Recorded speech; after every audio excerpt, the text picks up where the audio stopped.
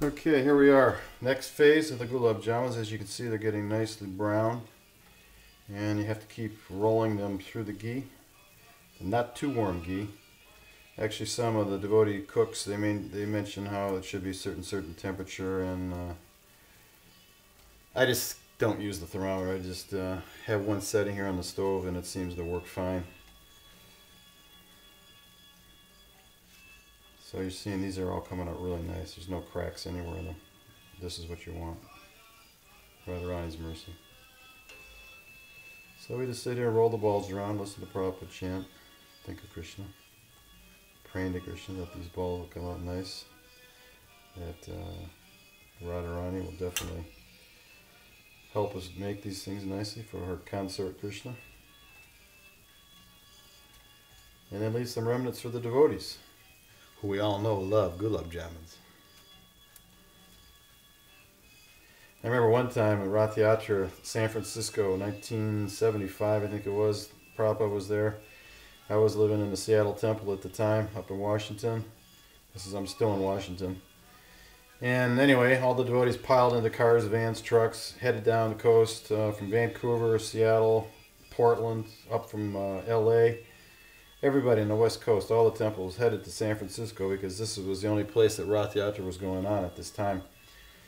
So anyway, that year, they did a huge job of making gulab jamun. They had, I don't know how many, full-size garbage cans. They bought brand new garbage cans like this big and 3 feet high, and these things were full of gulab jamuns. And they distributed these to the thousands and thousands of hippies and other people that came to Golden Gate Park. And everybody got as many as they wanted. There were so many of them, and there were so. And what was left over, the San Francisco boys, they couldn't eat them. So in Seattle, we took one of these cans full of the gulab jamun juice, and on the way back, some of these more exuberant devotees were drinking this gulab jamun juice. I didn't have any because I knew what it would do to me, and these devotees were just bouncing off the walls in the van. They had so much sugar in their system, so I guess if you can take it, you can take it, but I never did it because it's too much sugar. So just a couple, 2, 3, 4 maybe at a time, and that's about all I want to do.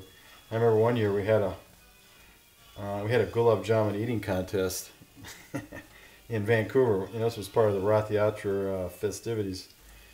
And I don't know how many of these devotees knocked back, but they had 20, 30, 40. I don't know how many they ate. I can't remember, but I couldn't believe the amount of gulab jamuns these devotees ate. It was some brahmachari that won the contest, and of course he was out cold, about an hour or so later. Nobody knew where he went. He was just probably in sugar shock. But he won the contest. And for him, I guess that was important. So if you can't do anything else, just eat prasadam. Our whole philosophy is chant Hare Krishna, dance, take prasadam, and be happy. Okay.